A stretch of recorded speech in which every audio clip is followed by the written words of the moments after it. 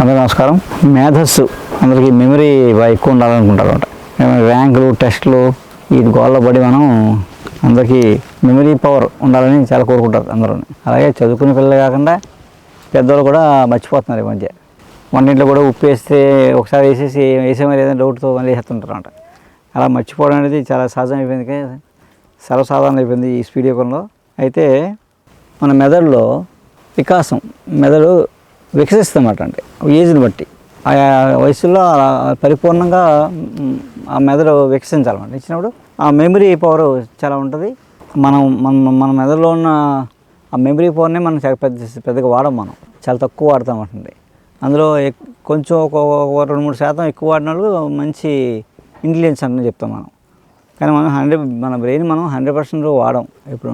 ఆ మెదడులో అన్ని సెల్స్ యాక్టివేట్ అవ్వడానికి, అంటే వికాసం పొందడానికి మామూలుగా చాలా మార్గాలు ఉంటాయి.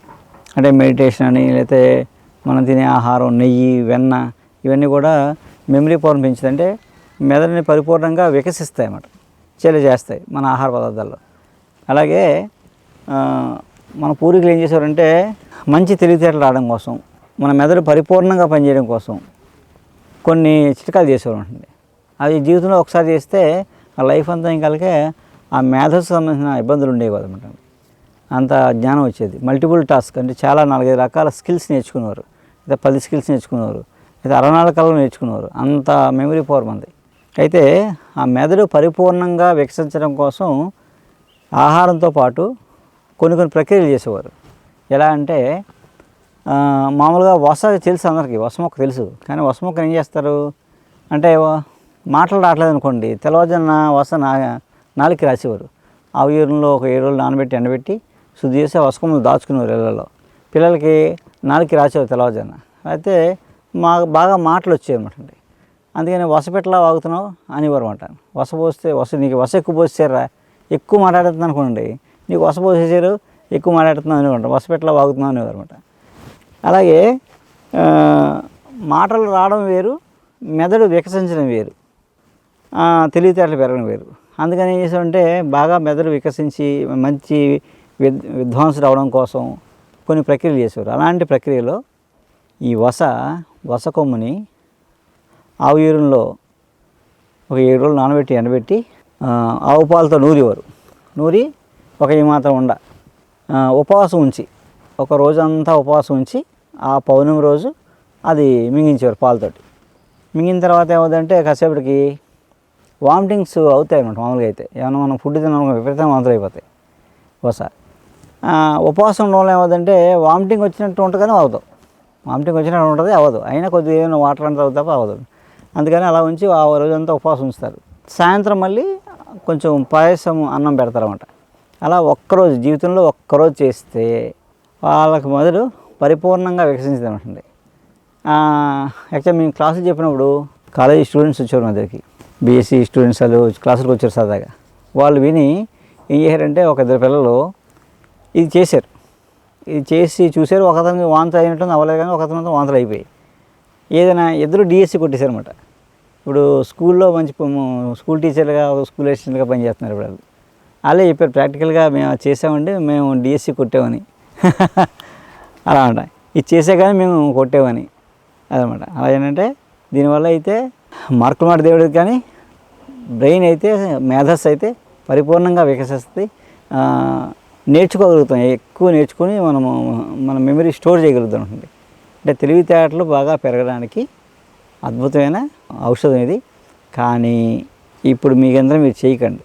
ఇది ఏదైనా ఆయుర్వేద డాక్టర్లు సమక్షంలో, తెలిసిన వాళ్ళు ఎవరైనా ఉంటే వాళ్ళ సమక్షంలో చేయాలి.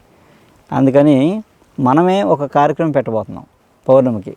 మీరు ముందు రోజు వస్తారు, ముందు రోజంతా ఉపవాసం ఉంచి మేమే, మన దగ్గర డాక్టర్స్ కూడా ఉంటారు, అందులో ఒక టీం ఉంటుంది చక్కగా అందరి పర్యవేక్షణలో ఈ కార్యక్రమం ఉచితంగా చేద్దాం.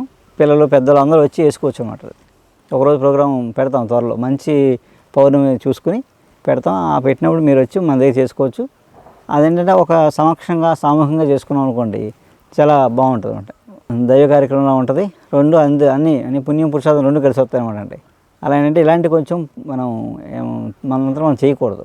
ప్రాక్టికల్గా ఎక్స్పీరియన్స్ ఎవరికి ఉందో వాళ్ళ దగ్గర చేసుకోవాలని చెప్తాం కదా, గురుముఖత అని అంటున్నాం కదా, అలా ఏంటంటే మన సమక్షంలో ఈ కార్యక్రమం కూడా చేద్దాం. పౌర్ణమి ఇప్పుడు ఇలా వాడితే దీనివల్ల ఎంతో ఫలితం ఉంటుంది. అందరికీ నమస్కారం. నా పేరు సత్యనారాయణ, రాజమండ్రి మాది. నేను ఈ డాక్టర్ గారి దగ్గరికి 2021 నుంచి వస్తున్నాను. నాకు మెయిన్ ప్రాబ్లం ఏంటంటే C1 to C5 5 రిస్కులు దెబ్బతిని ఉన్నాయి. అప్పుడు అందరూ కూడా డాక్టర్స్ అందరూ కూడా దానికి ట్రీట్మెంట్ లేదు, ఇంకా టోటలీ బెడ్ రెస్ట్ అని చెప్పారు.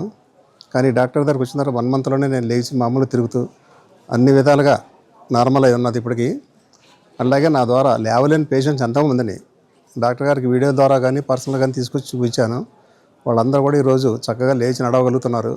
కాబట్టి మన డాక్టర్ గారు దయ వల్ల మేమంతా కూడా చాలా హ్యాపీగా, ఆనందంగా, సంతోషంగా ఉన్నాం. మొత్తం మా ఫ్యామిలీ మొత్తం అంతా కూడా ఇక్కడి డాక్టర్ దగ్గరికి వస్తాం మేము. నాతో పాటు కొన్ని వందల మంది వచ్చి ఉంటారు ఇప్పటికి. వాళ్ళందరూ కూడా ఇక్కడికి వచ్చిన వాళ్ళందరూ ప్రతి ఒక్కరు కూడా చాలా సంతోషంగా, ఆనందంగా ఉన్నారు. ఆయురారోగ్యాలతో ఉన్నారు అందరూ.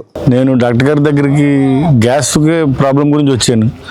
Gas Bhimavaram, Hyderabad, AIG, GV Rao గారు అన్నీ తిరిగాను, ఎక్కడా తగ్గలేదు నాకు. తినక ముందు ట్యాబ్లెట్, తిన్నాక సిరప్ తాగేవాడిని.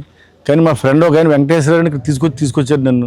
వాడు వచ్చిన తర్వాత వారం రోజులకే ఈ డాక్టర్ గారు అయితే ఇంగ్లీష్ మెడిసిన్ కూడా వాడమన్నారు, కానీ నేను వాడలేదు. వారానికే మానేసి ఇంగ్లీష్ మెడిసిన్ కూడా ఈ వారం నుంచి తగ్గడం మొదలెట్టింది. ఇవాళ మొత్తం టోటల్ గ్యాస్ ఈ ట్యాబ్లెట్ తప్ప వేరే వాటలా అంత అద్భుతంగా పనిచేయింది. అది చెప్పడానికి వచ్చాను నేను ఈయన దగ్గరికి.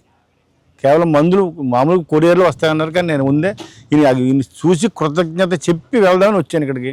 బాగా పనిచేసింది. చాలా ధన్యవాదాలు.